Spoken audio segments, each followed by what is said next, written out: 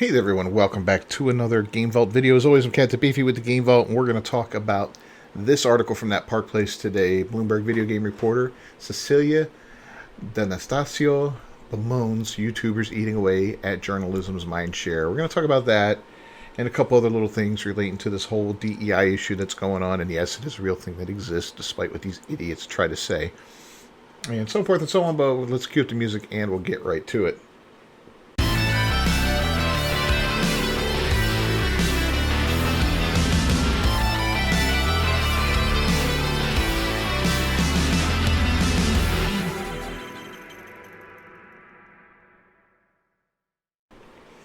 All right, first and foremost, we've been talking about DEI a lot lately, and especially Assassin's Creed Shadows, and what a shit show that game is turning out to be.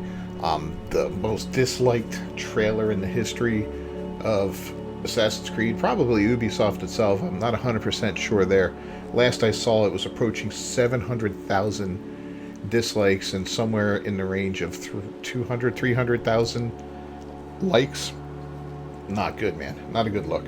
And the whole thing is they gave us a story set in feudal Japan.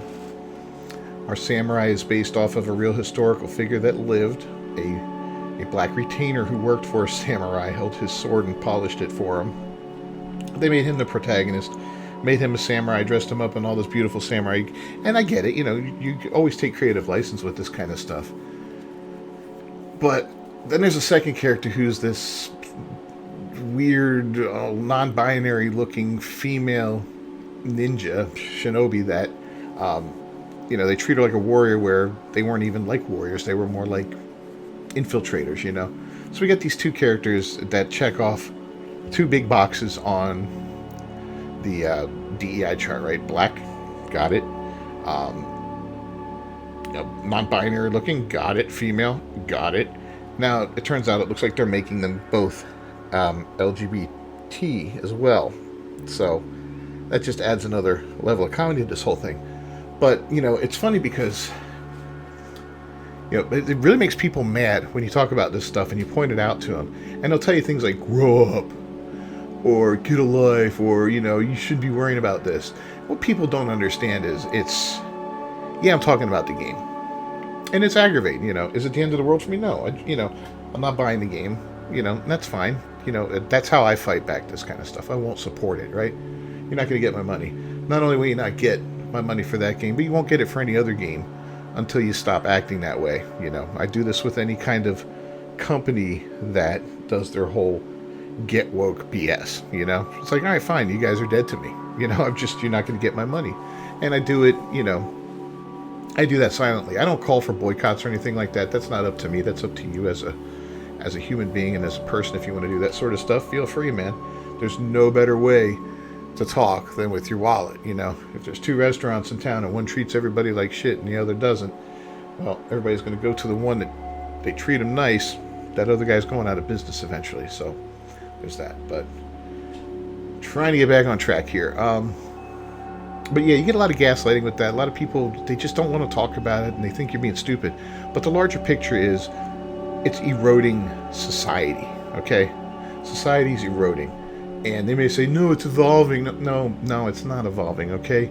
Humanity exists. Humanity has grown and evolved throughout the years. And, we lived in the best of times for a long time. And during that time, men grew weak, Men grew very weak. You see these men out there now who have arms that look like my finger, and, they're ordering, and they, if you listen, so many of them have this weird lilt to their voice, this very effeminate lilt. They're like, so anyway, I was doing this, I was doing that. You see it on YouTube all the time. You see it and hear it all the time. They dress little prisses, and it's really weird, man. It's like men have been boring out balls for the last 15, 25 years, and it's sad. And women have gotten more butch and more, tougher and stronger, and, feminism this, feminism that. And it's really, this role reversal in the world has ruined a lot of things, I think.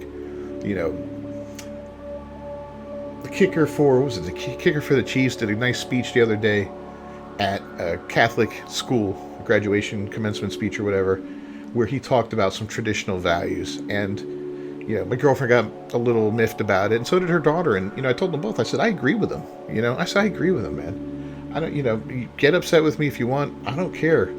But human beings have existed and been successful for reasons throughout history, right? Throughout all the time we've been on Earth, we've gotten stronger and stronger. That is because the women have nurtured and grown strong families. The tribes that were where the men went out and hunted and brought back the food for the place and defended it from other tribes, from weaker tribes. Those tribes evolved. Those tribes grew in number. Those tribes grew stronger. Those families grew stronger. The women had more children. They raised those children. Those children were healthier and stronger and all. And throughout history, and then one tribe conquers another, and then, as technology grows and they're able to cross oceans and conquer new lands, and it's not a white thing, it's not a black thing, it's not a yellow thing, green thing, blue, purple, yellow, whatever. It is a human thing. Humans conquer, and that's what we've done throughout history. And it feels like now humanity's being conquered by this, or this weird, weak little faction inside of the United States and a lot of Western countries. This weird progressive movement is out there, and it feels like they're trying to fight against what's normal and healthy and strong, and subvert everything and make it weak. And it's stupid. It's really stupid. They try to rewrite history. Even with this Yasuki thing, with this brings us right back to Assassin's Creed here. But they try to rewrite history where they're saying, well, he was a samurai and all that. Well, there's an anime about it. Well, there's an anime about a lot of crap. There's there's a book about it. Well, there's books about a lot of crap that wasn't real, right? Dracula. I mean, vampires have become a thing that are a part of pop culture, movies and video games and all that. But you trace them back to all these old legends and all that. But Dracula was the book. But doesn't mean he was real. It's based on Vlad Tepes. Vlad Tepes was real, but was he Dracula? No, he wasn't. So, whatever. You can't change reality. You can't change history. None of that. It is what it is, and it's always going to be that way. And it's my job to push back against it in ways that I see fit. And I'm a big gamer. I've got a gaming channel here, so I'm going to fight it on this front. This is the front I choose to fight it on. And gaming journalism is in the toilet. All these companies out there are absolutely horrible. I try to find good and unbiased articles, and most of the time they're garbage. They're just utter garbage. So I'm looking for something new. I'm looking to build, as Tim Pool says, to build culture. To build our own culture here and push back against this weird progressive movement that is disingenuous and poisonous. It's destroying people. So anyway, let's get into this story real quick. Bloomberg video game reporter Cecilia D'Anastasio, who previously worked at Kotaku, bemoaned the fact that YouTubers are eating away at journalism's mind share. That's her words. She bemoaned this fact following the news that IGN Entertainment acquired the Gamer Network, which includes a number of video game websites, including GamesIndustry.biz, Eurogamer, Rock Paper Shotgun, VG247, and Dicebreaker. Not only did they outright acquire these websites, but also acquired shares in Outside Xbox, Digital Foundry, and Hookshot. Hookshot operates Nintendo Life, Push Square, Pure Xbox, and Time Extension. IGN Entertainment did not acquire Popverse or the UK-based events EGX or MCM. So it's a pretty substantial purchase there from what I'm understanding. And I guess what they're doing is they're kind of... There's a lot of news out there for games, a lot of gaming websites and all that. And they're all at one level of trash or another for the most part. IGN is not anything special. Watching them buy up some of these lesser companies, these lesser websites and all that are even worse than them, really doesn't do anything for me other than go, well, that's, a couple less places I gotta sift through to find a decent story or to learn something. At least those guys are gone now, and they're all under the IGN banner for what it's worth. And that's not worth a lot, to be honest. But they're not the worst of the lot, but they're, they're down there, though. So anyway, following this acquisition announcement, Jeffrey Rousseau detailed that he had been laid off from games industry. He posted on X, "Hello, folks. I've unfortunately have been laid off. I've unfortunately been laid off from games industry. Yeah, that's his words. I'm fine, really. I'm open to new work opportunities. If you require the skills of an award-winning reporter journalist with a focus on marginalized voices and B2B writing, please consider me. I'd appreciate it. So there we go. Marginalized voices. That's what got you laid off in the first place, Jeffrey. Nobody wants to hear about marginalized voices. Okay, that might work on the root or gamer with a Y or whatever, but otherwise, leave that crap out of your stories. You know, when I want to hear about a video game, I want to hear about the mechanics of the game. I want to hear about the graphics of the game. I want to hear about the story of the game, the replayability of it, some of the special features it might have, stuff like that. I do not care how representation is in that game. That doesn't impact me at all, okay? I don't care. If the game is authentic in its story and its characters and its setting, then representation does not matter to me. If the game is set in Scotland in the 1800s, I expect it to be full of Scottish people. I don't want to see a whole bunch of black people and Indian people and Japanese people and American people. No, I want to see a bunch of Scots in that game, because that's what's supposed to be in that game in that time frame. You know, you mean Wild West? I want cowboys, I want Indians, I want the Chinese guys building the railways, and I want some Mexican banditos and stuff like that in there. And that's what I want in a good Wild West type game, you know? I don't need all the other crap. We don't need to represent everybody in there. I don't need a strong female lead.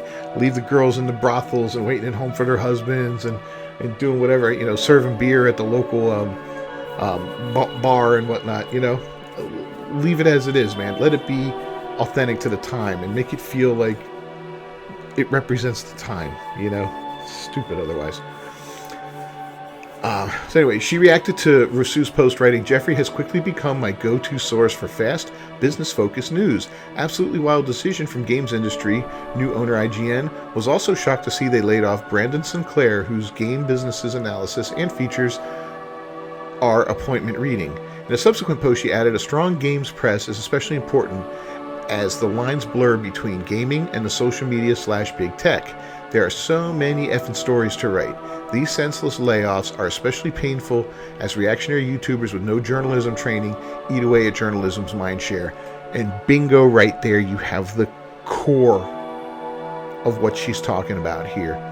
She's mad that any schmuck with a microphone and OBS like myself can come out here and talk about the news. We can give opinion pieces just like she can. We can discuss whatever we want within the guidelines. On YouTube, Rumble, wherever we want to do it, we can put out content daily. And you know what? We're not selling our soul to a corporation, and we're not living by their rules and living under their thumb, and you have this quota and you have to talk about this and this is the spin you need on that. We need more stuff about this and that. No, we do this because we love it. This is what we do. We do it because we have a passion for gaming and we have a passion for culture or whatever, however you approach it in the business. If you just put out there guides day and night on how to do this and how to do that, then you got passion for gaming, you got a passion for making guides, and God bless you, because that is some intense work to do, and I admire guys that do that and the girls that do that. That's fantastic, you know. But it's, you know, this pisses them off that we can do this now. And social media has changed humanity in so many ways. It's changed so much. It's connected us in ways we never thought we'd be connected. You know, you can have family all over the country. You can just talk on a daily basis now, whereas before it was, you know, oh, let's call Aunt so-and-so and see if we get the whole family together and talk. Now people are shooting messages on Facebook on a birthday. Everybody's just saying happy birthday. You don't have to worry about sending cards all the time and all that crap, you know. It's done a lot of good, but it's also done, you know, I don't know. I have such mixed feelings about it because I think it's one of the most toxic things in the world out there.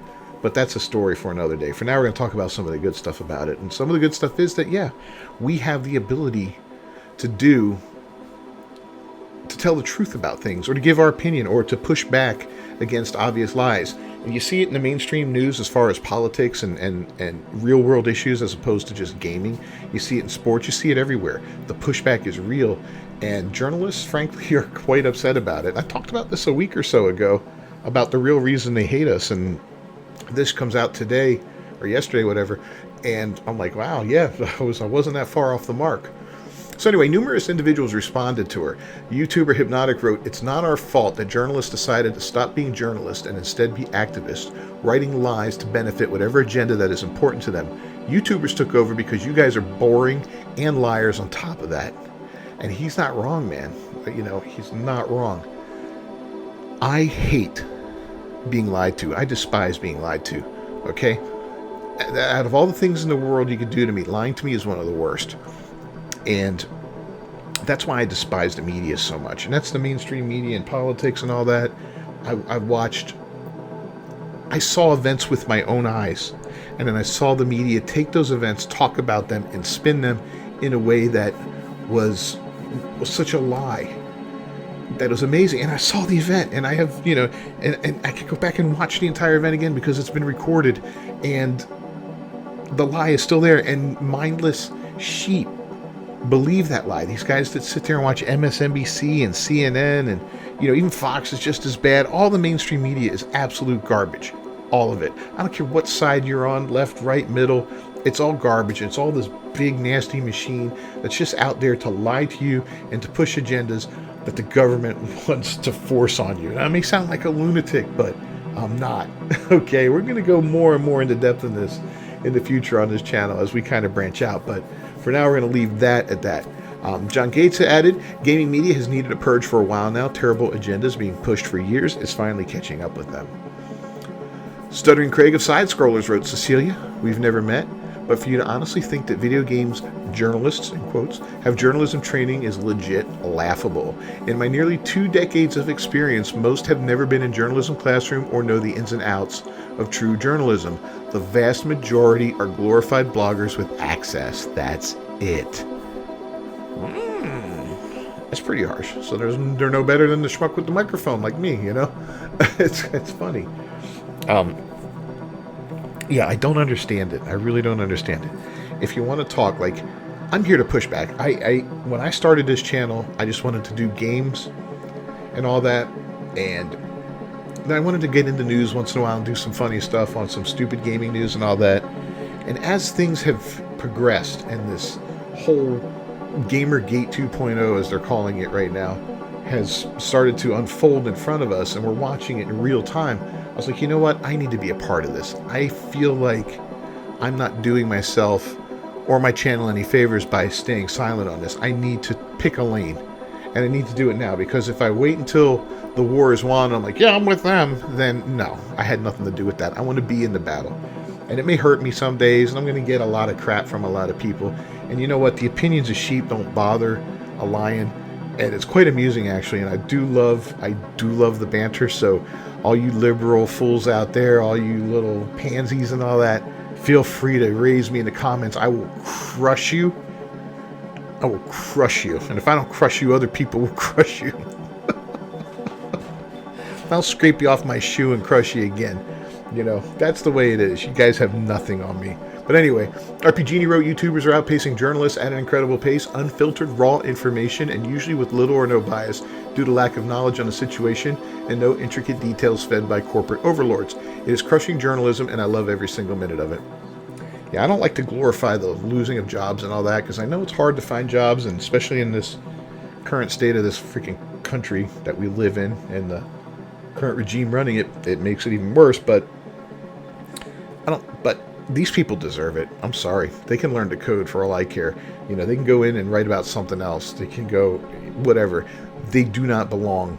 They abused their power. They abused their position, and they lied. And they lied and lied and lied. When I watched CNN fall apart after Biden became president, and I watched guys like Brian Stelter, canned, Chris Cuomo, canned, Don Lemon, canned, I celebrated each and every one of those, because I watched those smug pricks lie to my face day after day after day, and lie to this country and lie to everybody in it and spread misinformation. And you know what? As far as I'm concerned, they're traitors. Back in the old days, they'd be stacked like firewood out back, but that's another story. Prairie Fox also replied, "Why would I listen to a journalist try to spin their own pet social commentary into a story about a game when I could just listen to a YouTuber tell me about the game?" Voni256 also stated, "Laying off bad journalists is a good thing, and journalism training is literally just ideological indoctrination these days. If you want good information on games, find a YouTuber you trust." What do you make of D'Anastasio bemoaning the journalists are losing mindshare compared to YouTubers? Yeah, what do you guys think about that? That's, it's really... I think it's funny. I think it's funny that that's what she's taken away from this, and that's what's making her mad, because that's what they deserve. If you're going to go out there, corporate restaurants, right? They serve the same crap all the time. You can go to Applebee's, you can go to TGI Fridays, whatever, and it's all very similar food. Burgers, fries, whatever, boom. All of a sudden you get a little guy that comes into town and opens his own diner up and makes specialty chooses his own beef and makes the patties by hand and cuts the potatoes himself and seasons them and, cooks them fresh every order. Well, all of a sudden you've got some competition. He's the little YouTuber, and he's going to take away that business from the journalism mindshare, or the corporate restaurant mindshare. Corporations they serve a purpose in this country, but I'm no fan of them, to be honest with you. And this is why, because it produce products like Cecilia here. Yeah. So anyway, we're going to go ahead and wrap up this episode. If you liked it, please leave a little thumbs up on the video down below. If you didn't like it, yell at me in the comments. I really love that, and I appreciate it. And I will answer pretty much each and every one of you, unless you're so freaking far gone that it's just a waste of time. Then, I'll make a snarky remark about your mom and move on. Other than that, I'll see you next time, guys. Peace.